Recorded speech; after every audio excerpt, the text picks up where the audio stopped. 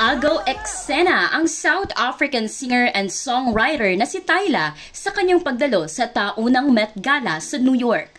Kung Make Me Water ang trend song ni Tyla, napa-Make Me Lose My Breath naman ang mga paparazzi sa paglabas ng singer suot ang dress na inspired sa buhangin. Dahil delicate at fragile ang gown, kinailangan siyang buhatin ng dalawang tao habang ang iba naman tumulong na buhatin ang mahabang cascading train. Ang one-of-a-kind gown ay gawa ng Balmain creative director na si Olivier Rousteing.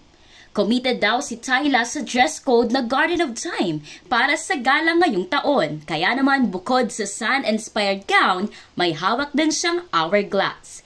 Ito ang kauna-unahang pagdalo ni Tyla sa Met Gala na isa sa pinakamalaking fashion event sa mundo. Gusto mo pa ba ng mga video katulad nito? Mag-follow at mag-subscribe lang sa social media pages ng News 5.